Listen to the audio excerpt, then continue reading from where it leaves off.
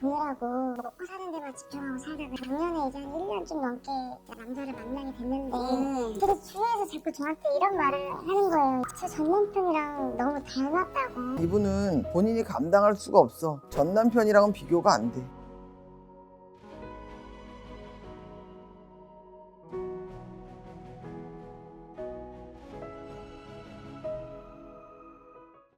안녕하세요. 반갑습니다. 성함이요?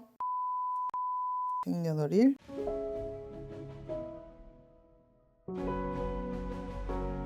혼자만 보면 돼요? 아니요, 이제 만나는 사람이랑 잘 맞는지 보여요. 할게요.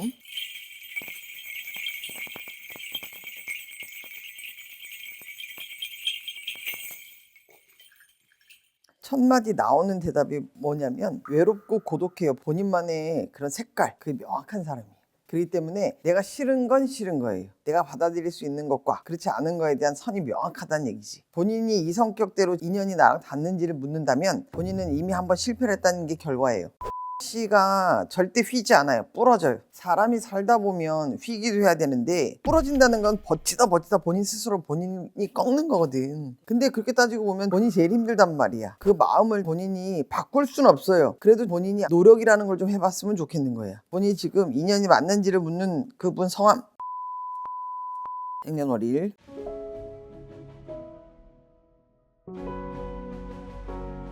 이 사람 주변엔 참 사람 많다. 딱 이름을 듣는 순간 어떤 느낌이었냐면 본인이 너무너무 싫어서 남편과 이혼을 했단 말이야. 근데 희한하게 만나면 똑같거나 비슷한 사람을 만나. 그러니까 본인이 가지고 있는 팔자라는 게 있단 말이야. 근데 그런 트라우마라고 생각하는 것처럼 그 사람에 대한 두려움, 무서움, 본인이 그런 게 있는 것 같네. 선생님 말처럼 트라우마라고 할 수가 있는데 전 남편이 제가 이제 임신한 상태일 때 바람을 폈어요. 그리고 제가 애기 생각해서라도 참고 계속 살았어야 됐는데 그게 용서가 잘 안 되더라고요. 그래서 이제 임신한 상태에서 이혼을 하고 혹시 용서가 안 되는 거 맞아. 용서가 안 되는 건 맞는데 본인이 그렇게 해서 안고 가기엔 너무 힘겹고 버겁단 말이야. 후회되지 않아요? 많이 있었죠. 이제 애 혼자 키우는 게 정말 쉽지 않았고 돈 벌면서 하루도 못 쉬면서 좀 힘들었어요. 이제 조금 나아지긴 했는데 자리 잡았는데 10년 정도는 진짜 고생하면서 살았던 것 같아요. 근데 혹시 지금은 그렇게 외롭고 힘들게 왔던 청춘이 있고 지금 본인이 40대란 말이야. 근데 가정을 새로 꾸리고 싶고 누군가의 그늘에 본인이 같이 그 그늘을 좀 마주하고 싶고 그런 여러 가지 생각들이 들 것 같아. 근데 이분은 본인이 만나게 된다 그러면 본인이 굉장히 외로울 거야. 이분 내가 주변에 사람이 많다고 했잖아. 공사가 다 망한 사람이야. 그리고 오지랖 대마왕이어서 모든 사람들을 챙겨야 돼. 그러면 그 사람들 챙기다 보면 가정에 대한 이런 부분들이 또 다르겠지. 그런 거를 본인이 감내하고 할 수 있다면 나쁘진 않아. 그런데 본인이 자꾸만 내가 가지고 있던 이 트라우마 안에서 벗어나질 못하고 자꾸 거기다가 오버랩이 되는 거야. 그럼 어떻게 자꾸 스스로 내 발목을 잡는 거야. 지금 그게 나는 제일 걱정이 되네. 제가 이제 애기 보느라고 먹고 사는 데만 집중하고 살다가 작년에 이제 한 1년 좀 넘게 남자를 만나게 됐는데 제가 지금까지 느꼈을 때는 너무 좋은 사람이고 제 아이도 이제 포용해주고 이해해주는 사람이라서 이 사람이랑 선생님 말씀처럼 꾸려도 괜찮지 않을까라는 생각이 자꾸 들긴 하는데 되게 주위에서 자꾸 저한테 이런 말을 하는 거예요. 저 전 남편이랑 너무 닮았다고.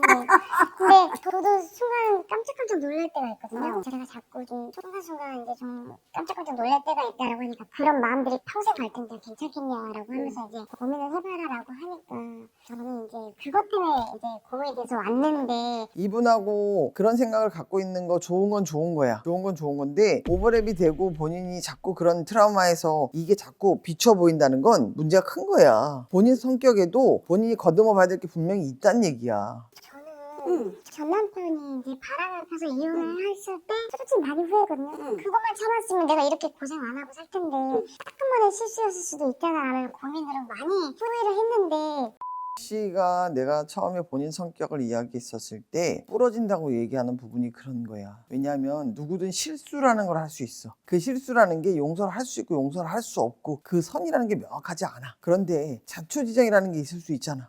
씨는 성격 자체가 어떤 얘기도 듣고 싶지 않아. 본인은 타협이 없는 거야. 지금은 이 사람하고 연애하는 건 연애해. 이분은 본인이 감당할 수가 없어. 전 남편이랑은 비교가 안 돼. 그러니까 바람을 핀다 안 핀다 이런 얘기가 아니라 사람하고의 대인 관계가 본인 상식선에서 이해할 수 없는 행동들이라는 게 있단 말이야. 이 사람만의 사회생활이라는 게 있단 말이야. 본인은 어떻게 이해를 못하지. 지금도 한 번씩 본인이 얘기하는 게 전 남편이랑 비슷한 부분들이 올라온다 그러잖아. 싫었던 부분이 보이는 거야. 근데 그게 2개가 되고 3개가 되고 계속 늘어난다 생각해봐. 그리고 나는 본인이 지금 그 얘기를 하고 있는데 가장 큰 것 중에 하나가 뭐냐면 이 사람은 지금 결혼에 대한 생각이 내가 볼 때 별로 없어. 결혼에 대해서 얘기를 하고 그런 얘기가 오고 갈 수는 있어도 어딘가에 본인이 속해서 내가 뭔가에 갇혀 있는 거에 대해서 이 사람 완전 자유로운 영혼이야. 아, 그래요? 결혼하자는 뉘앙스를 계속 풍기고 있어서 오히려 저는 그게 되게 적극적이니까 조금 부담이 됐었는데 이 친구는 지금 내가 볼 땐 본인이 막 너무 자유로운 영혼이다 보니 나를 누군가 잡아주기를 바라는 그런 기대감에 씨를 바라보는 것 같아. 제가 전 남편이랑 지금 현재 남편이랑 이미지가 비슷하다고 했잖아요. 풍수원 모습도 엄청 진한 것도 똑같고 뭐 부리부리 눈매가 조금 이국적인 것도 똑같고 목소리 똑같고 체격도 되게 똑같거든요. 근데 이런 사람한테 제가 자꾸 끌리는 것 같다라는 생각이 취향이 변하지 않고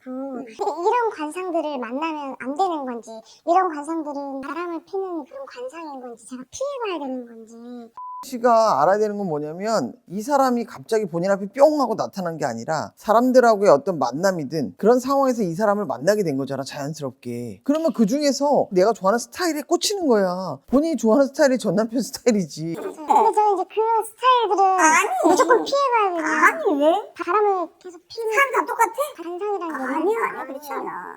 모든 걸 내가 아팠던 기억에 기준이 딱 세워져 있으면 그쪽으로 자꾸 기울게 돼 있고 그쪽에 자꾸 맞추게 되어 있는 거야.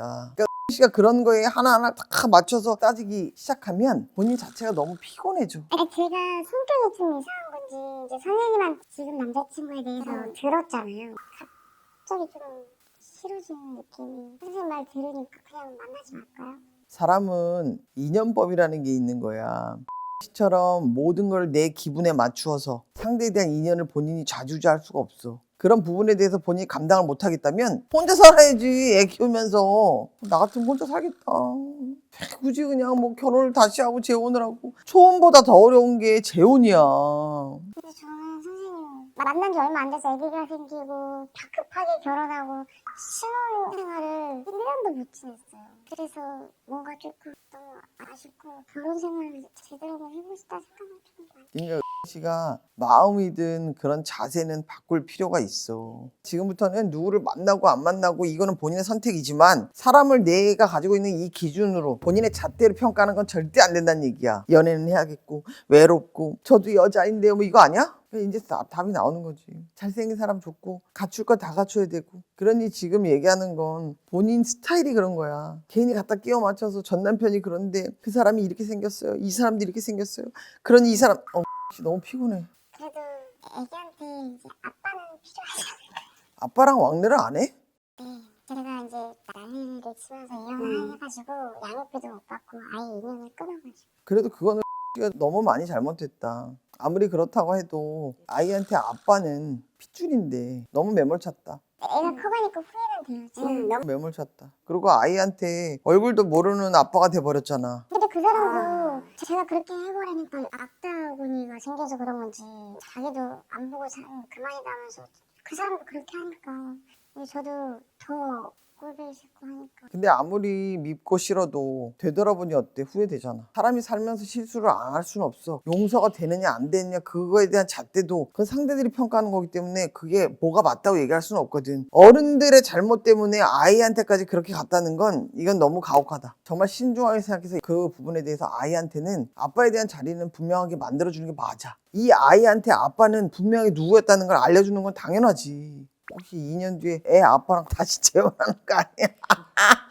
그건 너무 싫습니다. 근데 또 모르지. 안 본 지가 오래됐기 때문에 다시 만나게 되거나 이러면 본인도 달라질 수 있어. 그래도 씨가 어쨌든 아이를 가졌을 때 신랑이 그렇게 바람을 피고 그런 상황이 됐었을 때 얼마나 본인이 힘들었겠어. 근데 절대 부러지게 살면 안 돼. 이제는 너무 찬 사람 말고 조금 온기 있는 사람으로 바뀌었으면 좋겠어. 나한테 오는 좋은 인연을 내가 잘 만나려면 본인도 그런 준비를 해야 된다는 얘기를 해주고 싶은 거예요. 응원할게요.